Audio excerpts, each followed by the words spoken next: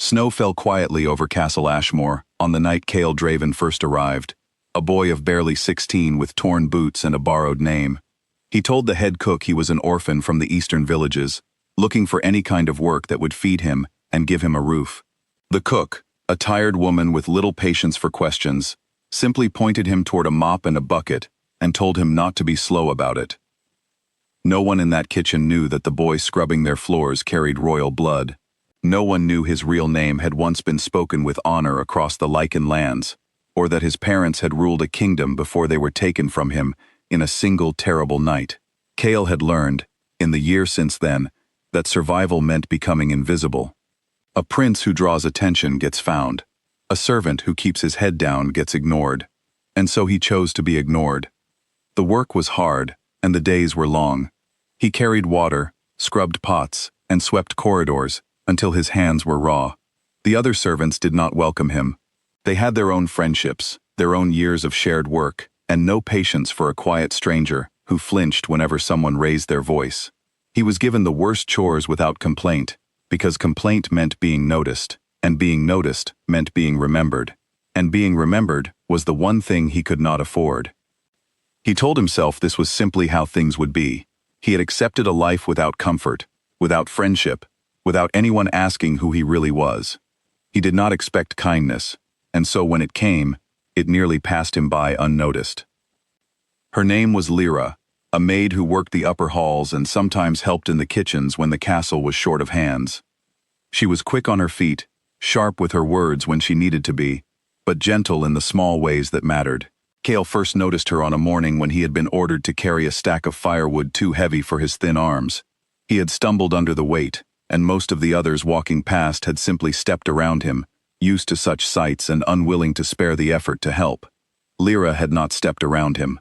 She had set down her own basket, taken half the wood from his arms without a word, and walked beside him to the hall where it was needed, matching his pace so he would not feel rushed. "You don't have to thank me," she said, when he finally found his voice. "Everyone could use an extra pair of hands sometimes." It was such a small thing, but Kael had not felt someone's hands lighten his burden, literally or otherwise, in longer than he could remember. He carried the memory of that simple kindness with him for days, turning it over like a stone in his pocket, unsure why it mattered so much. After that, he began to notice her more, and in turn, she began to notice him. She was the one who left an extra piece of bread by his sleeping mat when the kitchen had been generous that day. She was the one who covered for him when he was too slow finishing his tasks, telling the steward that she had asked for his help with something else. She never asked him prying questions about where he came from, or why his eyes sometimes looked far older than the rest of him. She simply treated him as though he belonged there, as though he was worth a kind word and a little patience, and that was more than anyone else had offered him in a long time. There was a night, only a few weeks after his arrival, when an older steward named Garrick grew impatient with Kael for breaking a serving dish. Garrick raised his hand, more out of habit and bad temper than any real intention to cause harm, and before it could come down, Lyra stepped between them. "He's new," she said firmly. "Mistakes happen. Shouting won't mend the dish any faster." Garrick grumbled but backed away, muttering about how soft the younger servants had become. Kael stood frozen, stunned that someone had placed themselves in harm's way for him, a stranger with no name worth defending. Lyra simply picked up the broken pieces of the dish and began sweeping them into a cloth, as though nothing unusual had happened at all. "You didn't have to do that," Kael said quietly. "I know," she answered. "I wanted to." Those 4 words settled into him deeper than he expected. In the kingdom he had lost, people had bowed to him because of his birth, because of the crown his family wore, because of duty and tradition.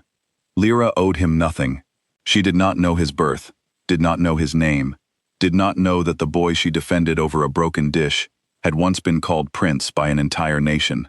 She had chosen kindness, simply because it was the right thing to do, not because of who he was, but in spite of not knowing who he was at all. As the months passed, something quiet and steady grew between them. They found small moments in the long days to talk, sitting near the kitchen fire after the evening work was done, or walking the same path back to the servants' quarters under a sky full of stars. Kael found himself telling her small truths, pieces of himself he had locked away. He spoke of missing a home he could not name, of carrying grief he could not fully explain, of feeling like a stranger wherever he went. Lyra listened without judgment, never pushing him to say more than he was ready to share. In turn, she told him about her own life, about a family of farmers who had sent her to the castle so she might have steadier work and better pay than the fields could offer. She spoke of missing the open air of the countryside, of small dreams she kept tucked away, like one day having a garden of her own. Kael listened to her the same way she listened to him, with full attention, as though her words mattered more than anything else in the world.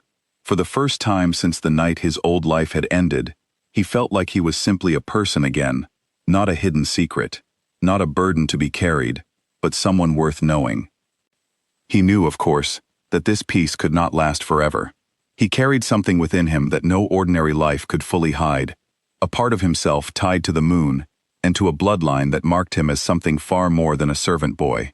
On certain nights, when the moon grew full and heavy in the sky, he would find reasons to disappear, slipping away from the castle grounds before the pull became too strong to control.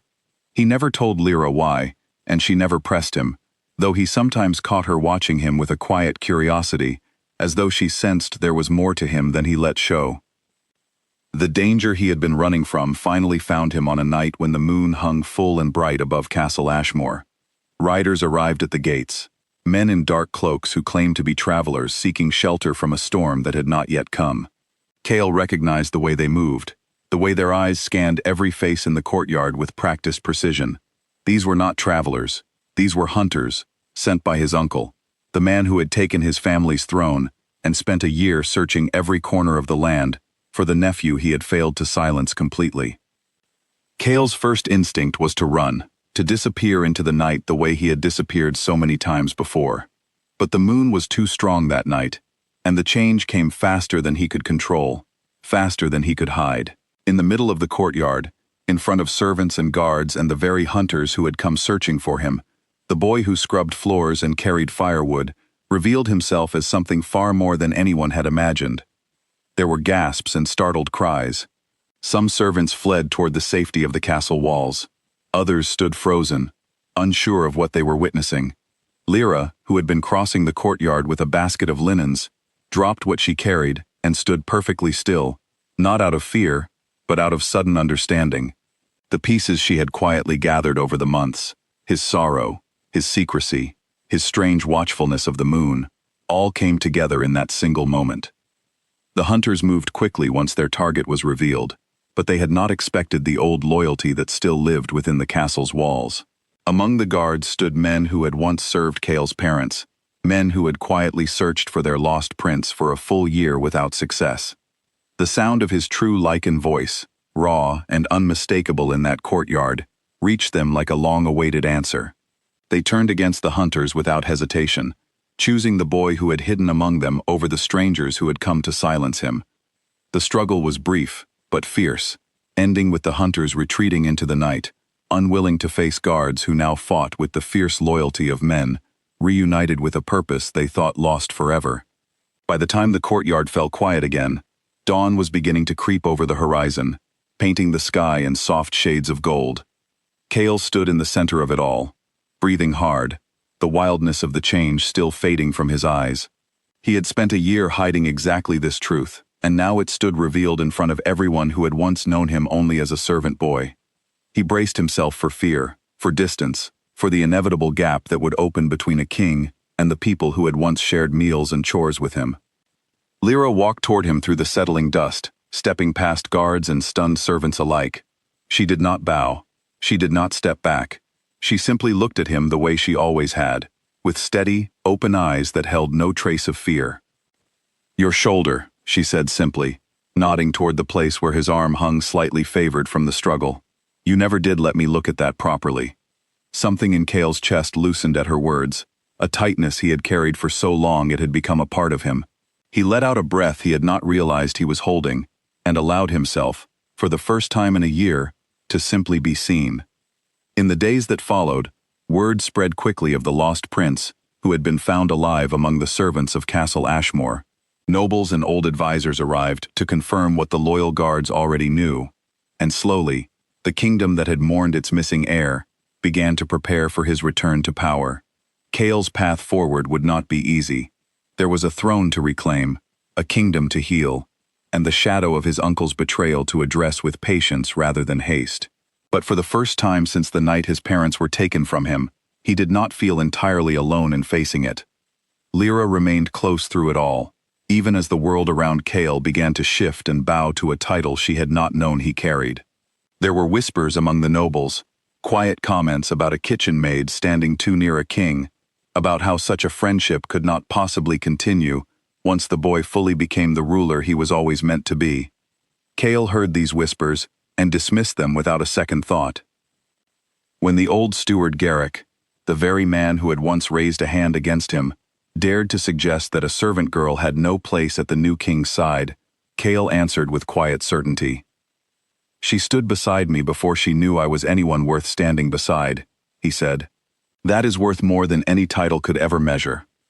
In time, as Kael settled into the responsibilities of his reclaimed throne, he made certain that Lyra remained close, not as a servant, but as someone whose friendship had carried him through the loneliest year of his life.